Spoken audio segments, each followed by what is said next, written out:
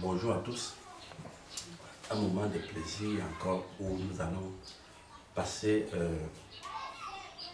de bons moments d'échange et de partage. Et je dis déjà bonjour à tous nos amis qui nous écoutent et que nous n'avions pas eu certains enseignements pendant, je pense, une semaine ou deux, tout simplement parce qu'on a eu des problèmes d'électricité. Voilà. Donc nous allons très bien.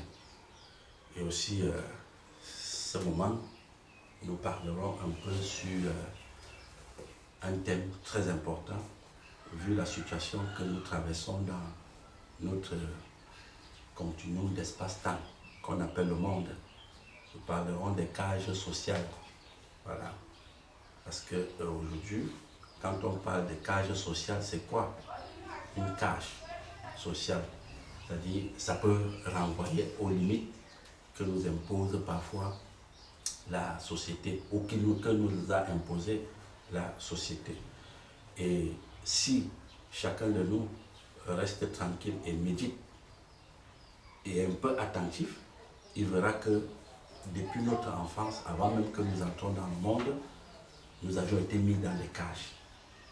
On peut citer par exemple, le premier exemple, comme en Afrique, surtout au Cameroun, on peut te parler par exemple de la cage de tribu, par exemple. C'est-à-dire quand on te dit, vous voyez le jar là, quand on dit le jar, dans la cage de tribu, c'est quoi? On te dit, il est né le nom que tu portes. Tu vois un peu, la tribu dans laquelle tu viens, c'est déjà une cage. C'est pourquoi vous allez voir dans certains pays comme le Cameroun, le tribalisme peut s'accentuer. Donc, c'est à cause de ces cages-là. Mais ces cages-là, elles s'élargissent aussi au niveau même des pays où on n'a pas de tribu, par exemple. Quand tu vas en Occident, on va te dire, par exemple, que quelqu'un est né, comme en France, on te dit, il est né peut-être dans le Nord, ou il est breton, ou il est ceci. Donc, tout ça là, ce sont des cages. Et tu vas voir que ces cages-là, parfois, ça nous est tellement familier à nous que même quand tu t'exprimes, à partir de ton ton, on peut reconnaître qu'il sort de tel endroit. Vous voyez un peu, non? Voilà. Donc, ça, ce sont des cages sociales dans lesquelles on te met. Maintenant, il y a des cages professionnelles, dans lesquelles où tu vois quand tu rencontres quelqu'un, tu lui poses la question, vous êtes qui ou vous faites quoi? Ça, c'est souvent les questions qu'on pose aux gens. Monsieur, vous êtes qui ou vous faites quoi? Il te dit, je suis ingénieur, je suis plombier. Donc, quand quelqu'un te dit, il est plombier, il est maçon, il est électricien, donc il te montre là, il indique là la cage dans laquelle on l'a enfermé. Il se retrouve. Et tu vois, quand quelqu'un te dit, par exemple, je suis électricien, c'est pour te dire que je ne peux plus aller regarder ailleurs. Si tu me parles de plomberie, ça ne m'intéressera plus. Si tu me parles de mécanique, ça ne m'intéresserait plus. Ou de maçonnerie. Pourquoi? Parce que je suis électricien. Et c'est ça qui va identifier et marquer tous les êtres humains sur la Terre. Donc quand tu rencontres un être humain, s'il n'est pas dans une cage sociale, il est mal à l'aise. Parce que les cages sociales ont permis aux gens de se valoriser. Mais tu vois, quelqu'un te dit, tu sais qui je suis docteur, il tape sa poitrine. Il pense vraiment que c'est de l'ascendance. Mais pourtant, c'est une cage dans laquelle la société lui est renfermée.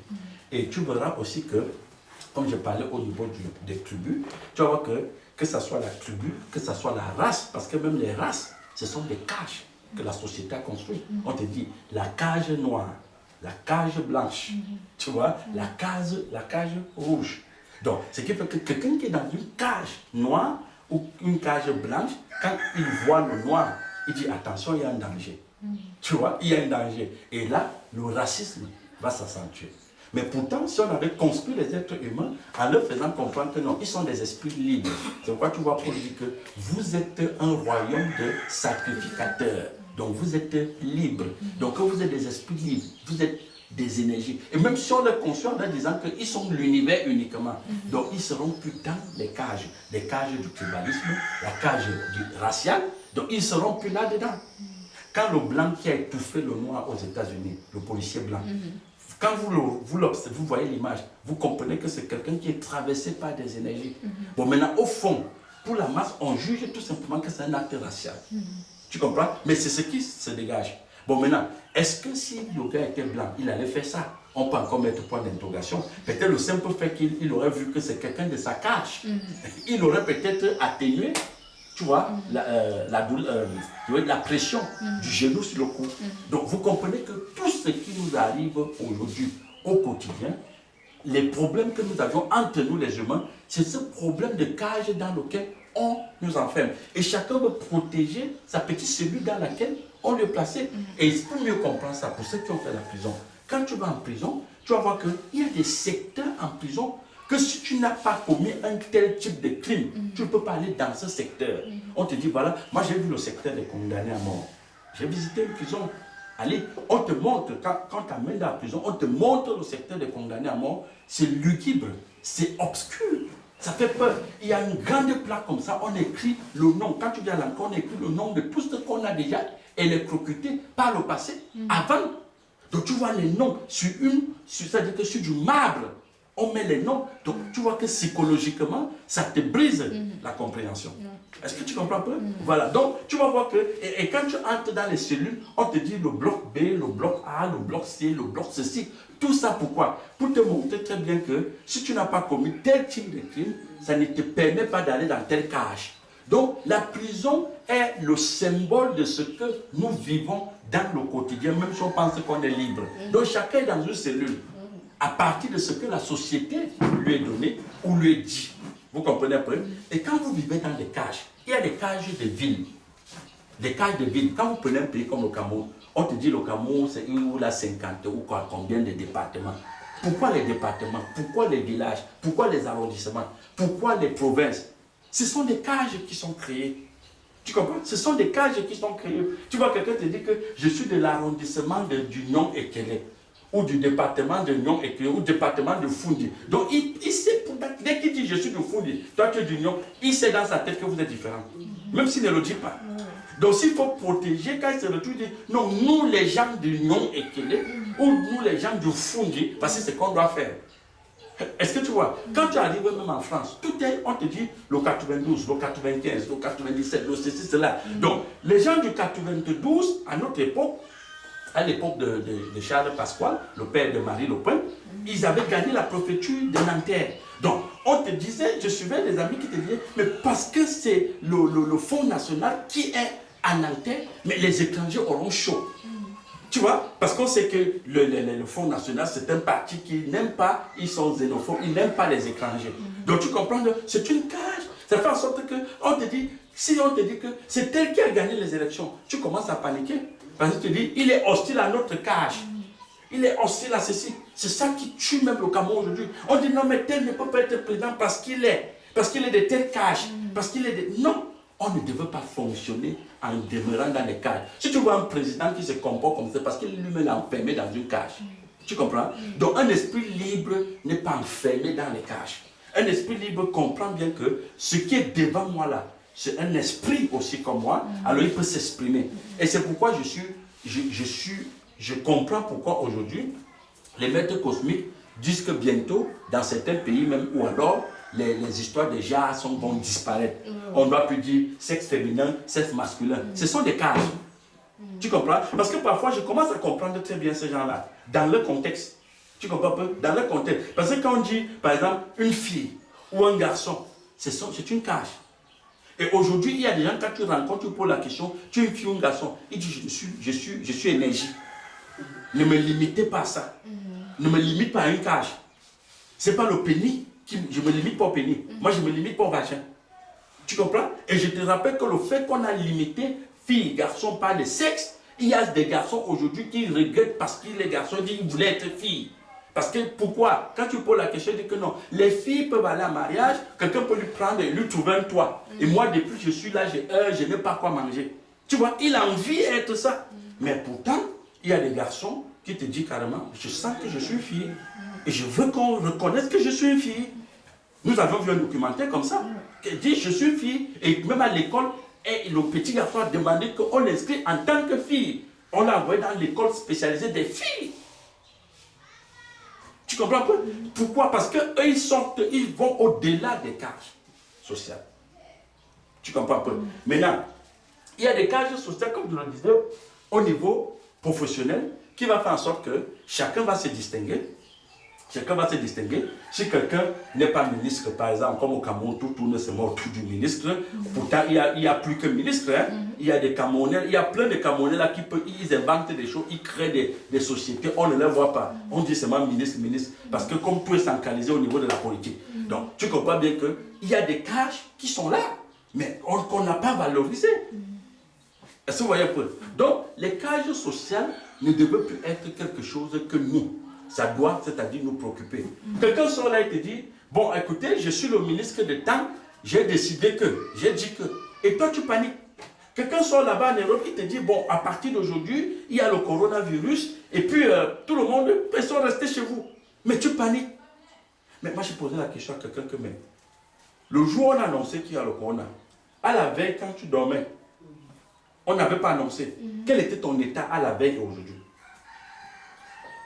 Parce que tu vibres selon le monde. Ceux qui ne sont pas renfermés dans les cages, quand le monde dit sa part, tu dis pour toi. Si le monde dit qu'il y a le virus, tu dis toi, qu'est-ce que toi tu dis? Ça c'est ce que lui a dit. Toi tu dis quoi? Parce que ceux qui se sont levés et disent, l'OMS qui se lève et dit là c'est des humains comme nous. Quand ils disent toi tu dis quoi? Quand quelqu'un me dit que non, ou je suis là parce que je suis maçon, ou je suis électricien, je suis pauvre, lui il est ministre, toi tu dis quoi? Est-ce que tu vois? Donc, les cages sociales ne devaient pas être quelque chose dans lequel nous on devait s'identifier. Un être qui vient d'en haut ne s'identifie pas par rapport aux cages sociales. Donc lui, il fonctionne par rapport à la compréhension. C'est un esprit libre. Alors, tu vois, comme je disais, l'apôtre Paul dit que où que vous soyez, quoi que vous faites, faites-le pour la gloire du Seigneur. Tu vois, il dit quoi que vous faites, où que vous soyez, pour quiconque tu travailles, ne te limite pas à la cage. Donc fais-le pour la gloire du Seigneur. C'est pourquoi quand Joseph arrive en Égypte, il ne se limite pas dans la cage de l'esclave. Il ne se limite pas dans la cage du vendu, que j'ai été vendu par mes frères. Il ne se limite pas dans cette cage-là. Il ne se limite pas dans la cage que je suis hébreu et les Égyptiens sont riches. Je veux faire comment? Non. Quand il entre chez Boutifa, il exprime ce qu'il est. Tu vois, parce que quelqu'un qui n'est pas dans les cages, il exprime toujours ce qu'il est. Parce que ce qui s'exprime, c'est la compréhension. La compréhension n'est pas renfermée. La compréhension ne s'identifie pas à un point social, à une dimension sociale. Elle s'exprime au-delà de ce que la société est. Et on te dit, quand Joseph s'est exprimé, Boutifa lui-même a compris que mais depuis que ce gars est venu, tout ce qu'il touche prospère. Tout ce qu'il touche. Nous parlons là d'un soi-disant esclave, un vendu. Tout ce qu'il touche. Vous comprenez? Alors, comme il n'était pas quelqu'un qui était renfermé dans les limites, la femme de Boutifa dit, mais moi j'ai besoin d'un pareil gars. Et ça, c'est quoi? C'est l'univers. L'univers veut l'absorber. Et comme il n'est pas quelqu'un qui s'identifie par rapport à l'univers n'a pas pu l'absorber. Donc, c'est de ça qu'il est question. Et même quand on la voit dans la prison, qui est le modèle de la société dans laquelle nous vivons, d'une façon, ça veut dire que dans son format un peu minuscule, mais il organise la prison. Vous voyez un peu? Et quand il quitte la prison, il devient premier ministre de l'Égypte. Mais est-ce qu'il est égyptien? Mais quand il dit premier, ça veut dire qu'il dirige le monde entier. Donc, un être humain ne doit pas, celui qui vient d'en haut, ne doit pas s'identifier par des cages. Les cages sociales, ce sont des limites. Je suis tel, je suis noir, je suis blanc, je suis allé à l'école, je ne suis pas allé à l'école. Tout ça, ce sont des cages. Que tu es allé à l'école ou pas, tu es un esprit et libre. Est-ce que tu comprends? Tu es un esprit libre. Ce que tu dis compte. Ce que tu penses compte. Est-ce que vous voyez un peu? Ce n'est pas parce que tu es allé à l'école pour venir rabâcher ce qu'on t'a dit, tu viens réciter ce qu'on t'a dit là-bas, que tu es important. Non. Ce que tu es comme esprit humain compte. Et quand vous allez comprendre cette dimension-là, c'est pour que tu vas comprendre que, tu vas comprendre même pourquoi on parle des inventions. Les gens se sont levés, ils ont inventé, ils ont créé des choses. Quelqu'un te dit, j'ai créé la bombe atomique. L'autre te dit, j'invente la fusée, j'invente l'avion. Parce qu'au départ, ils ont compris qu'ils ne sont pas des gens renfermés dans des cages. Ils restent et disent, mais moi j'ai envie de m'envoler. Qu'est-ce qu'il faut faire? Ils commencent à méditer. Mais comme l'univers communique à l'univers, hein, l'univers lui parle. Hein. Est-ce que c'est de ça que la Bible parle quand il dit aux prêtres que vous connaissez la vérité, mais vous cachez? Oui, quand le Christ dit que vous connaissez même les clés. Vous connaissez les clés. Parce que les enseignements que nous faisons là, ce sont des clés. Hein. Ce sont des clés. Depuis un certain temps, je me rends compte que tous ceux qui ont vraiment tenu dans la compréhension aujourd'hui, mais je dis même ici au Cameroun, avec nous, ils sont plus sujets du monde. Ils sont plus sujets du monde. Le monde plutôt, ils comprennent le fonctionnement du monde. Ils sont toujours joyeux, peu importe ce qui peut se passer comme circonstance. Est-ce que tu comprends? Et on peut aussi voir avec ceux qui ont blagué que non, avec le temps, on voit bien qu'ils subissent le monde. Ils subissent le mouvement du monde. Est-ce que tu comprends? Donc c'est de ça qu'il est question. Un esprit doit être libre. Et même si ce que tu défends, on va t'amener dans la tombe, on va te précipiter dans la tombe à cause de cela, mais tu entres dans la tombe étant content. Tu comprends un peu? Tu sais, je le répète tous les jours et je le dis, la seule chose pour celui qui veut se passer pour un bourreau, son plus dernière action, c'est de dire qu'il va te tuer. Il n'y a plus un autre. Tu comprends un peu? Le plus dernière action d'un bourreau, c'est de dire, je dois l'éliminer. Quand tu lis même ce qu'on appelle le livre des sages de Sion, mais dedans ils disent, le gouvernement qui ne va pas se soumettre à nous, on va l'éliminer. Ça, c'est les maîtres cosmiques qui parlent. Donc, c'est-à-dire la plus grande action qu'ils peuvent poser, c'est de dire, on va t'éliminer. Mais et puis quand tu élimines, ça fait quoi? Tu retournes à la source. Bien sûr. Tu comprends un peu? Comme je le disais, si Jean-Baptiste est entré dans l'univers, il est sorti par la décapitation. Mais si c'est que tu vas sortir par la décapitation, mais sors. Jean-Baptiste n'est pas enfermé dans une cage. Mais c'est là c'est quelqu'un qui a déjà atteint un niveau de spiritualité très élevé, qui a compris l'univers. Mais moi, je parle à ceux qui ont atteint un niveau de spiritualité élevé. Je ne parle pas à celui qui va encore courir derrière les patates. Si quelqu'un encore que c'est les racines de patates qui est important pour lui, il quitte ses thèses. Tu comprends un peu? Et de toutes les façons, nous le disons, c'est l'esprit qui parle. Ce n'est pas toi qui parles. Donc, aussi longtemps que ce que tu as accumulé comme volume d'énergie, elle va s'exprimer. Même si on veut te mettre dans, on te dit ne parle pas, tu vas parler. Est-ce que tu comprends? Donc, c'est ça. Il y a des gens qui ont du plaisir. Ils veulent même qu'on les tue. Quand tu le tues, tu te dis merci. Oui, ils n'attendent que ça. C'est ce que les philosophes ont vécu. Même dans notre monde aujourd'hui, on a des gars comme ça. Et que même le gouvernement discerne que celui-ci veut même qu'on le tue. C'est où on dit non, on ne va pas le tuer. Il faut être, je ne parle pas des gouvernements idiots, hein, que pour lui seulement c'est la bastonna. Non, je parle des esprits qui réfléchissent. Quand ils voient tes analyses, ils voient tes apports de société, ils disent non, mais celui-ci, nous n'allons pas l'aider à partir. Oui! Même si tu fais quoi pour l'aider, il dit non, toi là, on ne peut pas t'aider à partir. Parce qu'il va trouver du plaisir à mourir. Tu comprends? C'est pourquoi Paul dit que partir pour moi c'est un gain. Partir pour moi c'est un gain. Tu comprends pas? Parce que c'est les gens qui ne se sont plus limités, les cages sociales les limitent peu. Et puis il clôture en disant quoi?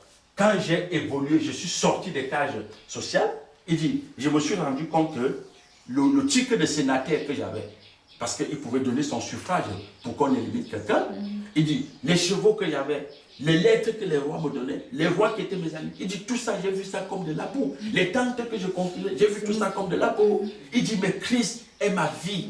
Christ, je suis fou pour Christ. Et tu vois, Christ est ma vie. Il vit en moi. C'est plus moi qui vis, mais c'est lui qui vit. Est-ce que tu comprends? Et en dehors de Paul, qu'est-ce que le Christ dit? Pour vous comprendre que les cages, quand tu n'es pas dans les cages, tu ne paniques pas. On dit, Hérode veut te tuer là.